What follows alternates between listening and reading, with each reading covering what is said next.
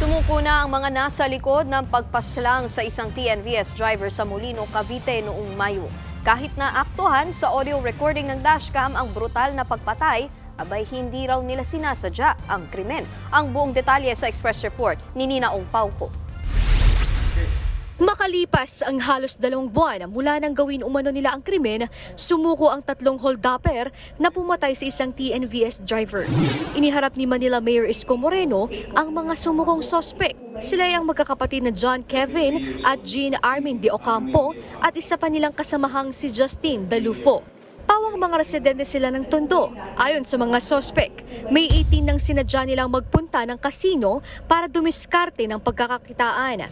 Nakuhanan pa sila sa CCTV sa labas ng isang establishmento sa Parañaque hanggang sa sumakay ang mga sospek sa sasakyan ng biktimang TNVS driver na si Raymond Cabrera. Nagpahatid sila sa Molino, Cavite. Sa gitna ng biyahe, hinold up at pinatay nila si Cabrera. Narinig pa nga sa audio recording ng dashcam ang usapan ng mga holdupper habang ginagawa ang krimen. Fingerprint mo itong isang cellphone niya. Ay, walang password. Walang password. Pinatarget yung puso. Hindi ko makuha. Tuluyan yun na. Matipid ang sagot ng mga sospek ng kausapin ng media. Grasya lang po talaga lahat. Sa NBA ko na lang po ipapaliwanag lahat. Humingi po kami ng tawad. Talaga sinasadya yun. Hindi namin kagustuhan yun. Lumaban yung tao sa amin. Sabihin sa pamilya na humingi po ako ng tawad habang buhay ko. Di ba, sila lang na rin po sila. Wala na rin choice. Wala na rin. Lahat po ng impormasyon na lahat ng katotohanan. Maging makamit nyo lang po yung Una nang na-recover ang sasakyan ng biktima sa Valenzuela kung saan ito inabandona ng mga salarin. Sumailalim na sa booking procedure ang mga sospek sa tanggapan ng National Bureau of Investigation. Nilagdaan ng mga sospek ang sinumpaang salaysay kung saan nila tinapon ang bangkay ni Cabrera. Hindi pa inilalahad kung saan pero naghahanda na ang mga tauhan ng NBI para puntahan ang nasabing lugar.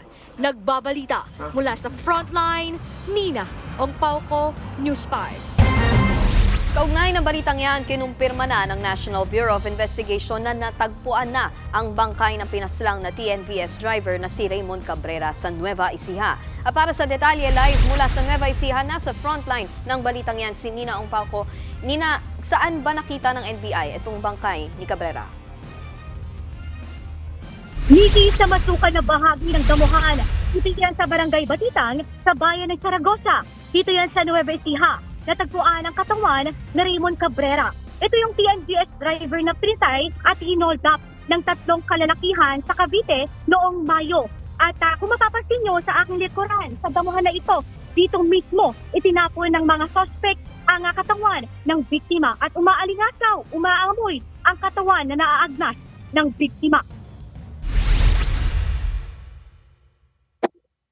Halos magdadalawang buwan na nga bago natunton ng mga otoridad ang bangkay ni Cabrera. Naagnas na ang bangkay at balot ito ng putik. Itinapon ang bangkay sa masukal na bahagi ng isang palayan sa gilid ng kalsada.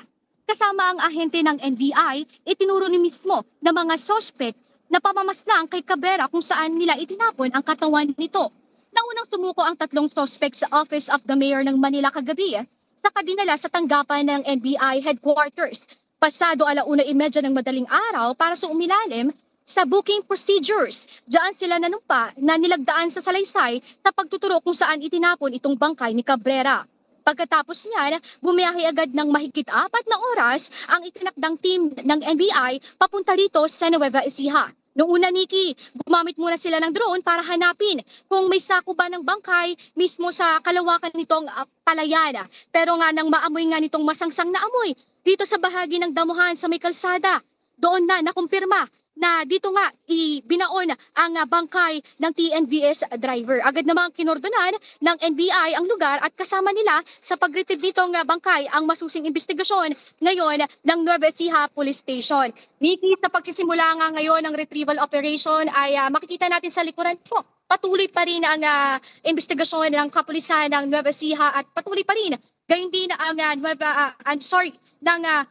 ng National Bureau of Investigation at magkakaroon nga ng press con mamaya sa headquarters ng NBI. Nikki?